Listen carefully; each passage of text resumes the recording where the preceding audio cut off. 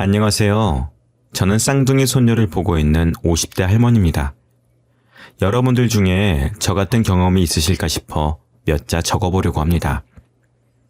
한 여자아이와 10년 전에 연락이 끊어지고 말았는데 저와 다시 만날 운명이었는지 가족으로서 인연을 맺게 되니 이런 게 운명인가 싶더라고요.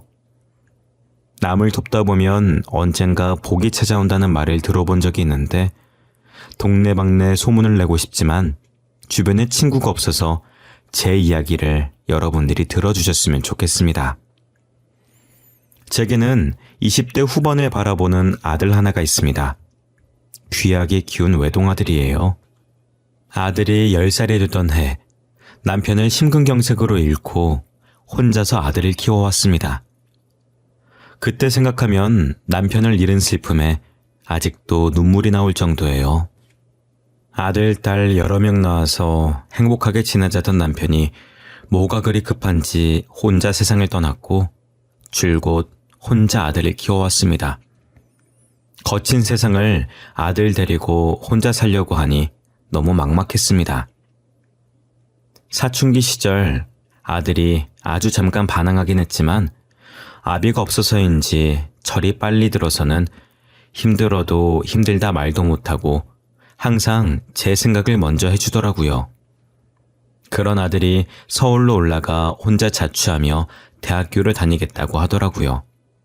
성적 맞춰서 들어간 대학교였는데 학점 따는 게 힘든지 군대를 빨리 지원해서 가버렸습니다. 그리고 제대하고 나서 공부에 손을 놔버리는 건 아닐까 걱정이 되기도 했는데 어째 자격증을 이것저것 따놓더니 졸업하고 공기업에 떡하니 붙더라고요. 이제 아들이 장가만 가면 더 이상 걱정은 없겠다 싶었습니다. 그런데 저한테 유일한 가족이 아들인지라 빨리 장가를 보내고 싶진 않았어요. 하지만 자식은 부모 팔자를 따라간다고 26살에 결혼을 하겠다며 여자를 집으로 데리고 오겠다고 통보하더라고요. 부모 마음 다 똑같겠지만 제 아들 심성이 여린 탓에 걱정을 많이 했습니다. 연애를 좀 더 해봐라. 배우자는 신중하게 골라야 된다며 며칠을 설득했죠. 사실 며느리를 잘못 들여서 패가 망신한 사연도 많이 듣다 보니 덜컥 겁이 났습니다. 아들은 확신에 차서는 꼭 이 여자 아니면 안 되겠다며 되려 저를 설득했죠. 결국 제가 어떤 여자인지 얼굴이나 보고 판단하기로 했습니다. 제가 피아노 학원을 운영하고 있었는데 학원은 주말에도 하기 때문에 시간을 맞추기가 어려웠어요. 그래도 서울에서 부산까지 내려온다는데 멀리서 오는 손님을 기다리게 할 수가 없어서 학원 문을 하루만 닫고 며느리 될 사람을 만나게 되었습니다. 아들이 도착했다고 하길래 주차장까지 내려가서 마중 나갔는데 아들 옆에 서 있던 여자가 눈이 휘둥그레져서는 제 얼굴을 뚫어져라 보더라고요. 그리곤 어찌나 부침성이 좋던지 저를 보자마자 달려와서 제게 안기더라고요. 뭐 이런 당돌한 아가씨가 다 있나 싶어서 살짝 떼어내고 인사를 했습니다. 그런데 저를 꼭 붙잡고 훌쩍거리는 게 우는 것 같았어요. 갑작스러운 행동에 저와 아들은 당황해서 어쩔 줄 몰라 하고 있었습니다. 자리에서 10분을 울던 아가씨는 그제서야 진정이 되었는지 저에게 웃으며 말을 걸었어요. 선생님, 저 정말 모르시겠어요? 저 어디서 본 적 없어요? 글쎄요, 우리가 어디서 봤으려나? 아, 혹시 우리 학원 학생이었나? 그런데 학생이 한둘이 아니라서 제가 기억을 못하겠네요. 미안해서 어쩌나. 선생님, 제 얼굴 한번 자세히 봐보세요. 진짜 떠오르는 얼굴 없어요? 옛날에 선생님이 저 되게 이뻐하셨었는데 저 약간 서운해지려고 해요. 잠깐만 가만 보자. 누가 생각나는 것 같긴 한데 누구더라? 어머, 혹시 너 지영이 아니니? 지영이 맞아? 10살 때 우리 학원 다니던 지영이니? 네, 맞아요. 저 그때 지영이에요. 선생님이 저 공짜로 피아노 가르쳐 주시고 그러셨잖아요. 이게 얼마만이에요. 이렇게 만날 줄은 몰랐는데 너무 신기해요. 여자의 얼굴을 살펴보니 옛날에 알던 얼굴이 살짝 남아있더라고요. 그리고 그 아이는 제가 늘 가슴 한켠에 품고 그리워하던 아이였습니다. 당시 저는 남편과 함께 서울에서 피아노 학원을 운영했었어요. 나름 위치도 좋고 제 입으로 말하긴 그렇지만 저와 남편이 잘 가르친다고 소문이 나서 저희 학원에 등록한 학생들이 많았습니다. 저희 둘 다 이름 있는 음대를 나와서 다른 학원 선생님들보다 실력이 좋다고 자부할 수가 있었어요. 원래 친구나 남편처럼 주변 사람들과 같이 일하면 무조건 싸움이 일어난다고 하는데 저와 남편은 부부 금슬이 워낙 좋았던 터라 서로를 이해하고 살아서 싸울 일이 전혀 없었습니다. 부부 금슬은 좋았지만 이번 생에 연이 짧았는지 남편은 아들이 10살이 되던 해 심근경색으로 세상을 떠나고 말았죠. 제가 한참 우울해 있을 때 저희 학원 앞에 한 여자아이가 기웃거리고 있더라고요. 사람을 차림새만 보고 판단하면 안 되지만 아이의 옷이 다 뜯어져 있고 꾀죄죄한 게 피아노를 배울 형편은 아닌 것 같았습니다. 아이가 계속 피아노 치고 있는 친구들을 보며 부러워하길래 배우고 싶어 하는 것 같아서 아이한테 안으로 들어오라고 손짓을 했습니다. 제가 갑자기 부르자 지레 겁을 먹은 것인지 아기 고양이처럼 도망을 가더라고요. 괜히 나섰다가 아이에게 겁만 준 것 같아서 너무 미안했어요. 이틀 뒤 아이는 다시 저희 학원에 나타났고 그때처럼 앞에서 기웃기웃거리고 있는 거예요. 저는 다시 한번 용기를 내서 피아노를 가르쳐 주겠다고 말했죠. 그랬더니 입구에서 망설이다가 이내 우물쭈물거리면서 들어오더라고요. 피아노 배우고 싶어서 그러고 있었냐고 하니까 고개를 끄덕거리더라고요. 저희 아들과 나이가 비슷해 보이길래 몇 살이냐고 물었는데 아들이랑 동갑인 거였습니다. 아들이랑 동갑이라고 그러니 괜시리 더 마음이 갔던 것 같아요. 부끄러워하는 아이한테 과자도 쥐어주고 피아노도 구경시켜주면서 친해진 다음에 피아노 의자에 앉혀서 하나 둘 가르치기 시작했습니다. 어떤 날은 아이가 제 얼굴, 정확히는 제 눈을 빤히 쳐다보는 거예요. 계속 쳐다보길래 얼굴에 뭐 묻었냐고 하니 고개를 좌우로 흔들더라고요. 아니요, 안 묻었어요. 그런데 선생님은 왜 입은 웃고 있는데 눈은 울고 있어요? 눈이 엄청 슬퍼 보여요. 금방이라도 눈물이 떨어질 것 같아요. 선생님은 선생님한테 아주 슬픈 일이 있어서 그래요. 선생님 신랑이 얼마 전에 하늘나라를 갔거든요. 그래서 지금 선생님 마음이 너무 아파요. 그래도 우리 지영이 걱정하지 말라고 선생님이 웃는 거예요. 선생님, 슬플 땐 울어도 된대요. 저희 엄마가 그러는데 슬플 때 안 울면 나중에 속에서 곱는데요. 굶으면 나중에 흉터가 생겨서 다 나아도 상처가 영원히 안 지워진대요. 그래서 그냥 시원하게 울래요. 저는 눈이 슬퍼 보인다는 아이의 말이 무슨 일 있냐는 말로 들렸습니다. 그래서 남편이 세상을 떠났다고 말을 했고 아이는 슬플 때 참지 말고 울라면서 제 등을 토닥거리더라고요. 아저씨는 하늘이 좋아서 혼자 비행기 타러 간 것 같다고 선생님 태워주려고 미리 가서 연습하고 있는 거라고. 아이 같으면서도 아이 같지 않은 말을 저에게 했습니다. 저는 아이의 말에 다른 학생들이 보든 말든 신경도 안 쓰고 울었던 것 같아요. 아이는 조그만 손으로 저의 등을 살짝 토닥거리면서 달래더라고요. 그날 이후로 아이는 제게 특별한 존재로 느껴졌습니다. 그런데 학원에 하루도 빠짐없이 왔던 아이가 한 달 동안 학원에 오질 않는 겁니다. 혹시 아파서 안 온 건 아닐까 걱정하고 있을 때쯤 다른 학부모들의 대화를 듣고 그 아이의 행방을 알 수가 있었어요. 원래 아이가 아빠 없이 엄마랑 단 둘이서 살고 있었는데 아이 엄마가 안타깝게 병으로 세상을 떠나는 바람에 혼자 시설로 보내졌다고 하는 겁니다. 그 말을 듣고 그날 저녁 동네 아동센터에 찾아가서 물어봤지만 그 아이는 없었어요. 원장님 말로는 시설도 자리가 있어야 들어갈 수가 있는 건데 여기엔 들어올 자리가 없다고 아마 다른 지역으로 보내졌을 거라고 하더라고요.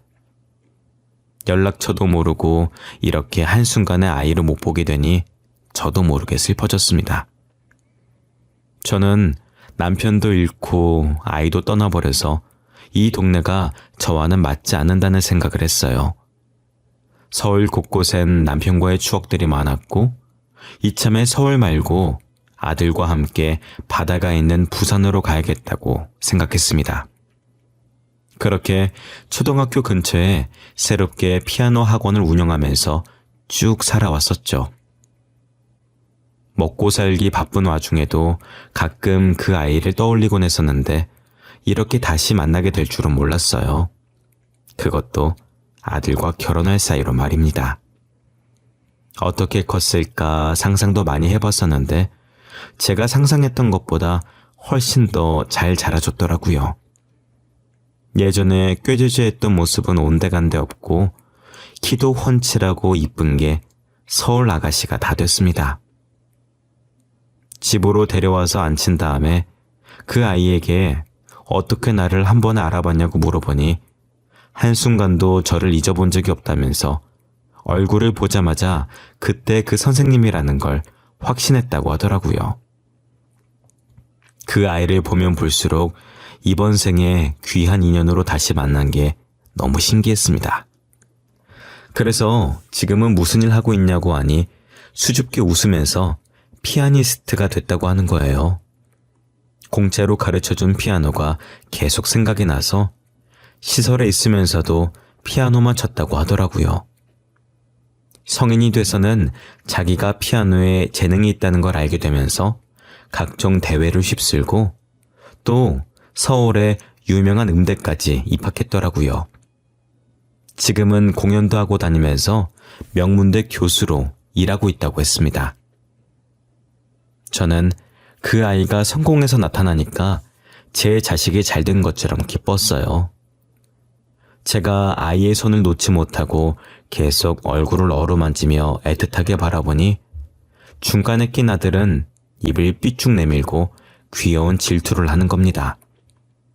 다른 엄마들은 아들을 이뻐라 한다는데 어째 된 게 저는 며느리 될 사람을 더 이뻐하냐면서 누가 아들이고 누가 며느리인지 모르겠다고 하더라고요.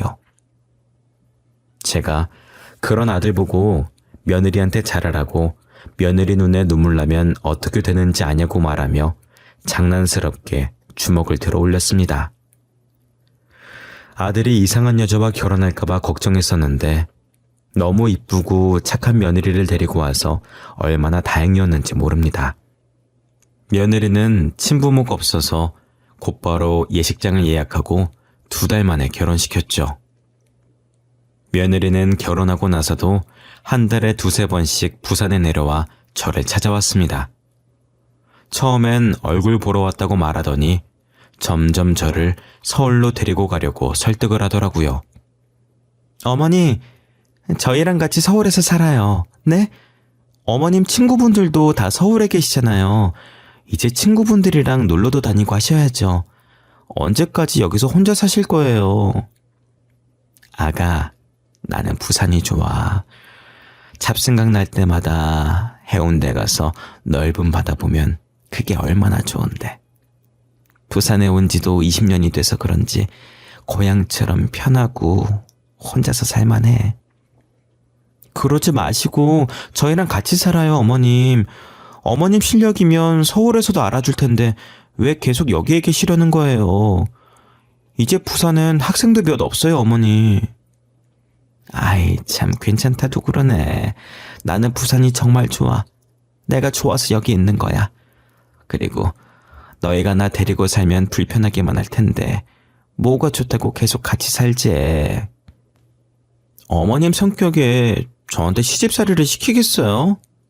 저는 하나도 안 불편해요, 어머니. 오히려 어머님께서 이렇게 혼자 계시는 게 더 불편해요. 저는 계속 안 가겠다고 버텼는데 며느리가 2달 동안 끈질기게 설득하는 바람에 어쩔 수 없이 아들과 며느리 손에 이끌려 서울로 다시 가게 되었습니다. 며느리가 피아니스트 활동을 하면서 돈을 얼마나 버는 건지 아들 부부 신혼집에 가보니 서울에서 비싸다고 소문난 아파트에 살고 있더라고요. 한강이 훤히 보이는 넓은 아파트에 입을 못 다물었죠.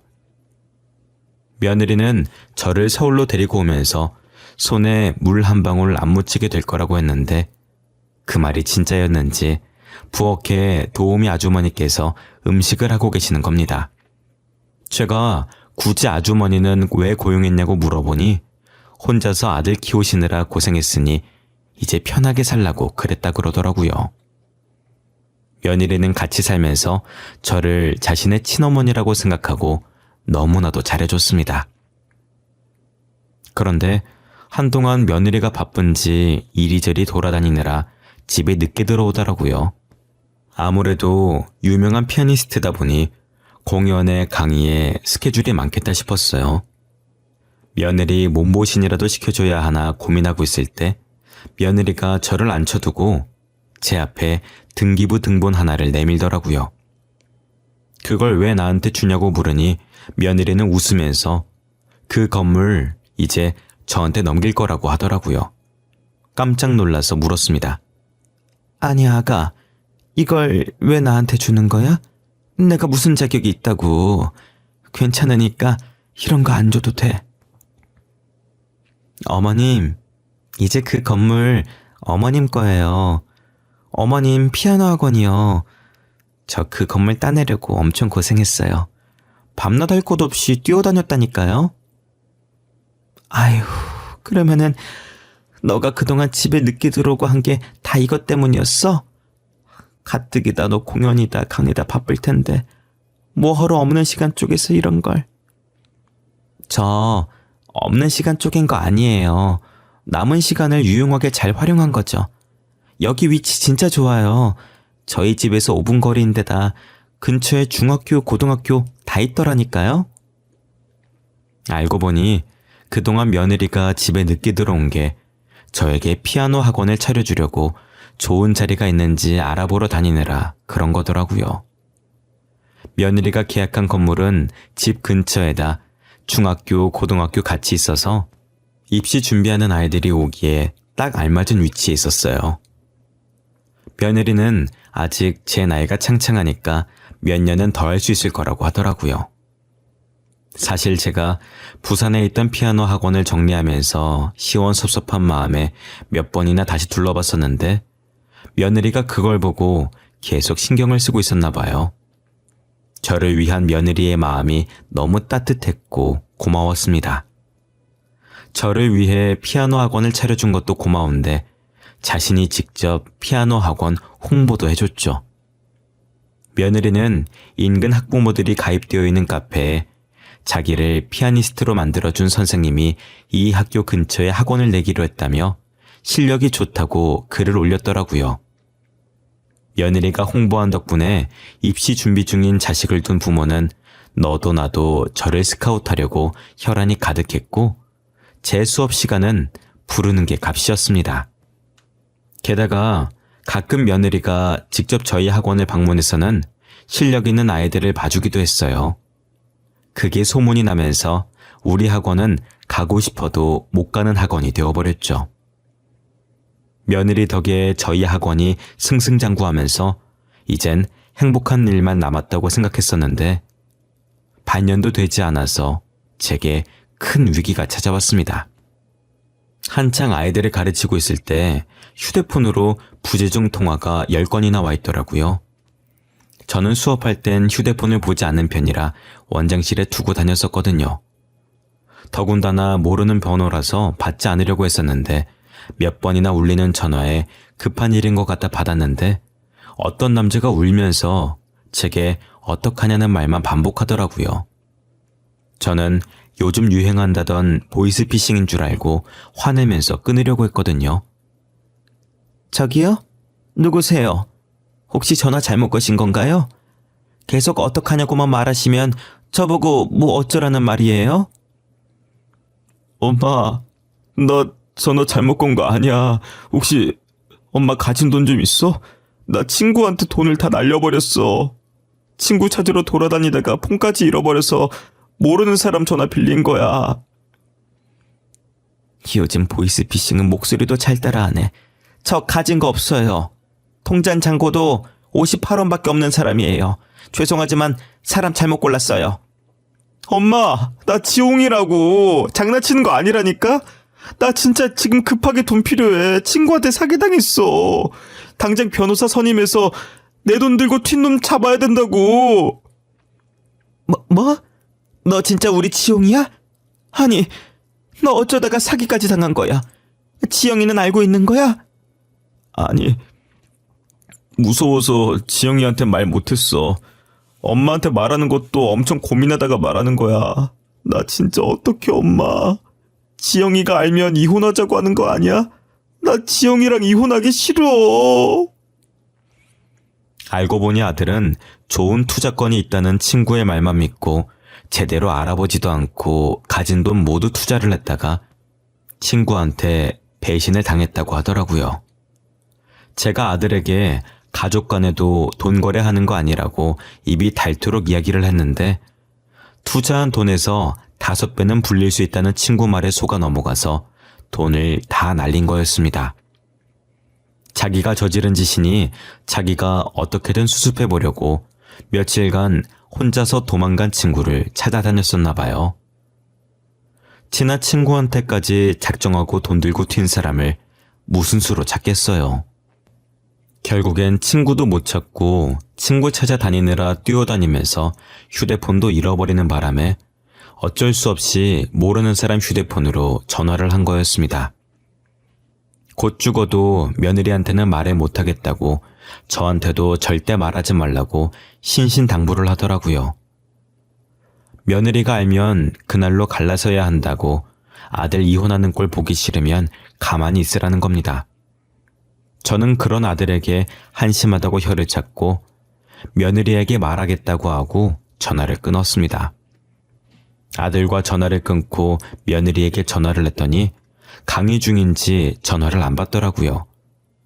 그래서 간단하게 아들이 사기를 당해서 돈을 날렸고 폰도 잃어버려서 연락이 안 될 거라고 강의 끝나면 저한테 전화를 달라고 문자를 남겼습니다. 문자를 남긴 지 2분 만에 며느리한테 다시 전화가 왔더라고요. 어머님, 방금 문자 그거 뭐예요? 그이가 사기를 당했다니요. 어머님은 어떻게 하셨어요? 폰은 또 어쩌다 잃어버렸대요? 네? 너 지금 수업할 시간 아니니? 아직 끝나려면 한참 멀은 거 아니야? 이렇게 나랑 통화해도 되는 거니? 어차피 학생들 지금 영상 보고 있어서 잠깐 통화 가능해요. 아니 근데 이게 무슨 일이에요? 사기를 당했다니? 아휴, 말도 마라. 나도 처음엔 모르는 번호로 전화 왔길래 보이스피싱인 줄 알았어. 너한테 말하면 이혼하자고 할까봐 무서워서 말도 못하겠다고 어찌나 울던지. 내 아들이지만 한심하다. 한심해. 아휴. 저는 며느리 수업에 방해되지 않게 빠르고 간결하게 아들에게 있었던 일을 말했습니다. 며느리는 일단 알겠다고 수업을 다시 들어가 보겠다고 하고 전화를 끊었죠. 그리고 수업을 마치고 다시 저에게 전화를 하더니 자기가 알아서 할 테니까 아무런 걱정하지 말라고 하더라고요. 아무래도 며느리가 잘 나가는 피아니스트다 보니 인맥이 좋았습니다. 유명한 사람들이 모인 모임에 자주 가서 그런지 다양한 분야의 사람들을 많이 알고 있더라고요. 어떻게 알게 된 건지 경찰도 알고 있고 심지어 검사까지 친구로 두고 있다고 하더라고요. 그리고 며느리는 누구한테 부탁 같은 거 잘 안 하는 성격인데 그놈 꼭 잡아야 한다며 지인한테 조사 좀 해달라고 부탁했다는 겁니다. 며느리는 지인들을 총동원해서 무려 한 달 만에 돈 들고 도망갔던 그놈을 잡아버렸죠. 잡힌 사기꾼은 다른 곳에서 또 크게 한탕을 뛰고 그 돈들을 전부 가지고 해외로 도주할 생각이었더라고 하더라고요. 여권을 조회하니 네덜란드로 가는 항공권을 예매했길래 그 시각에 맞춰서 공항에 경찰들을 풀었습니다. 그렇게 사기꾼을 잡았는데 조사하면서도 돈을 받은 적이 없다고 뻔뻔하게 나오더라고요. 자기야, 몇 번을 말해요. 저 돈 받은 적 없어요. 제 가방 뒤져보시든가요. 경찰이라는 사람이 이렇게 무고한 시민을 막 잡아들여도 되는 거야? 어? 이 뻔뻔한 자식. 야, 내 돈 내놔. 당장 내 돈 1억 내놓으라고. 쳤단 것도 친구라고 믿은 내가 바보지. 애들이 너 손절 쳤을 때는 다 이유가 있었던 건데 내가 내 발등을 찍었다. 아, 진짜 뭐라는 거야.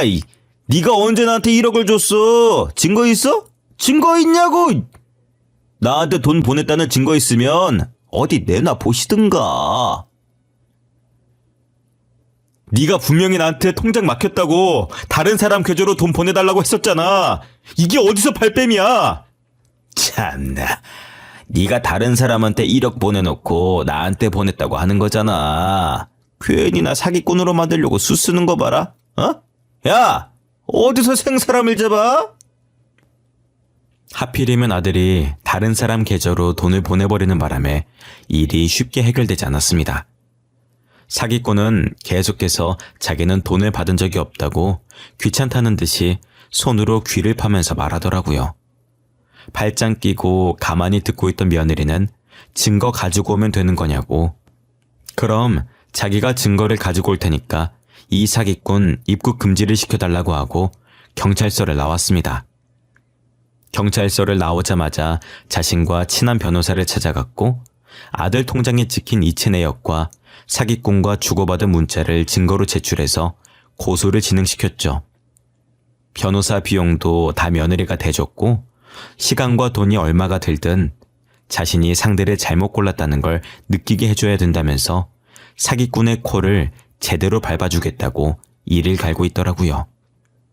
거기다 SNS에 혹시 이 사람한테 사기를 당한 피해자가 있다면 자신이 고소 비용 다 대주겠으니 연락해달라고 글을 올렸더라고요. 며느리가 이렇게 재빠르게 행동한 덕분에 피해자들을 모아서 단체로 고소장을 올렸습니다.